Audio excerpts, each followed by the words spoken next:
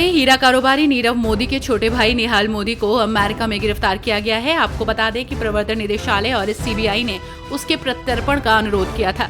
इस अनुरोध के बाद अमेरिका में निहाल मोदी को गिरफ्तार कर लिया गया। गिरफ्तारी की पुष्टि अमेरिकी न्याय विभाग ने कर दी है। उसके खिलाफ न्यूयॉर्क में भी कई मामले दर्ज हैं। निहाल पर $2.6 मिलियन से अधिक की धोखाधड़ी करने का आरोप है। अब निहाल को भारत प्रत्यर्पित किया जाएगा।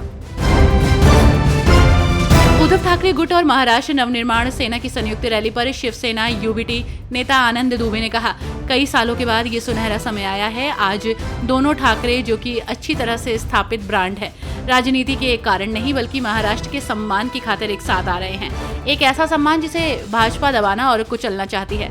भाजपा महाराष्ट्र में रहना चाहती है, लेकिन जय गुजरात कहती है। लेकिन ऐसा नहीं होगा। महाराष्ट्र हमेशा पहले रहेगा, फिर दूसरे राज्य आएंगे। बिहार विधानसभा चुनाव को लेकर सभी दल एक्टिव मोड में नजर आ रहे हैं। वहीं इसी कड़ी में बिहार कांग्रेस ने घोषणा की है कि वो राज्य की 5 लाख महिलाओं को राहुल और प्रियंका गांधी की तस्वीर वाले सैनिटरी पैड वितरित करेगी। ये योजना महिला कांग्रेस के सहयोग से संचालित होगी और इसका उद्देश्य माई बहन मान योजना के बारे में जागरूकता फैलाना है, जिसके तहत महिलाओं को हर महीने 2500 रुपए की आर्थिक सहायता दी जाएगी। केंद्रीय मंत्री किरेन रिजिजू, मुख्यमंत्री पेमा खांडू और अन्य लोगों ने मुख्य तिब्बती मंदिर त्सुंगलाखांग परिसर का दौरा किया, जहां दलाई लामा रहते हैं। वे दलाई लामा के जन्मदिन समारोह में भाग ले रहे हैं। ग्रेगोरियन कैलेंडर के अनुसार दलाई लामा का जन्मदिन आधिकारिक तौर पर 6 जुलाई को मनाया जाता है। इस दौरान किरेन रिजिजू ने कहा, मैं दलाई लामा के 90वें जन्मदिन समारोह में शामिल होने आया हूँ। दुनिया भर से भक्त यहाँ आए हैं और मुझे खुशी है कि मैं भी इसमें शामिल हूँ। आज उनकी लंबी उम्र के लिए प्रार्थना की गई और कल उनका 90वां जन्मदिन समारोह मनाया जाएगा।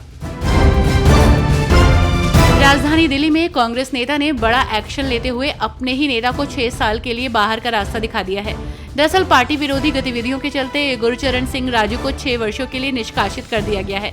दिल्ली प्रदेश कांग्रेस कमेटी कार्यालय में आयोजित प्रेस कॉन्फ्रेंस के दौरान इस संबंध में जानकारी दी गई।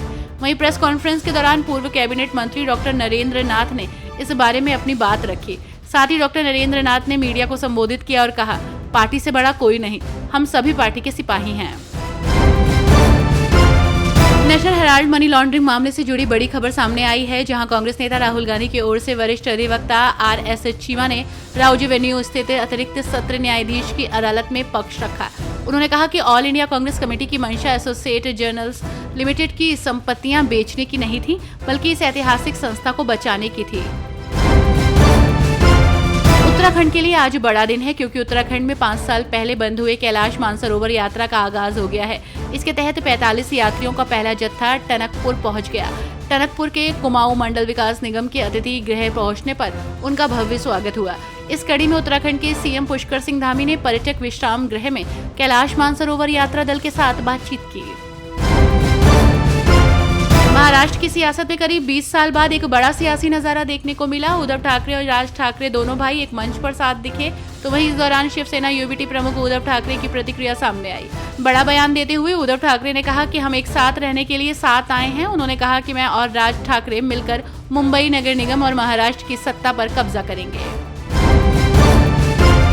हिमाचल सुक्खू सरकार इन दिनों एक्टिव मोड में है, तो वहीं इसी बीच हिमाचल प्रदेश पथ परिवहन निगम यात्रियों के लिए कैशबैक पॉलिसी ला रहा है, जो गूगल पे और पेटीएम की तरह होगी। आपको बता दें कि इसका उद्देश्य बसों में सवारियों की संख्या बढ़ाना है, खासकर लंबी दूरी की बसों में। निगम ढाबा नीति में भी बदलाव कर रहा है, जिसके तहत खराब सेवा पर जुर्माना लगेगा। केंद्रीय संस्कृति एवं पर्यटन मंत्री गजेंद्र सिंह शेखावत ने पूर्व मुख्यमंत्री अशोक गहलोत पर एक बार फिर तीखा हमला बोला। उन्होंने कहा कि गहलोत को कभी माफ नहीं कर सकते, क्योंकि उन्होंने उनकी दिवंगत माता पर सार्वजनिक रूप से गंभीर और अपमानजनक आरोप लगाए थे। शेखावत ने कहा कि गहलोत डिफेमेशन केस को लेकर मीडिया के माध्यम से माफी की बात कर रहे हैं, लेकिन ये केवल एक औपचारिकता है जो स्वीकार्य नहीं है।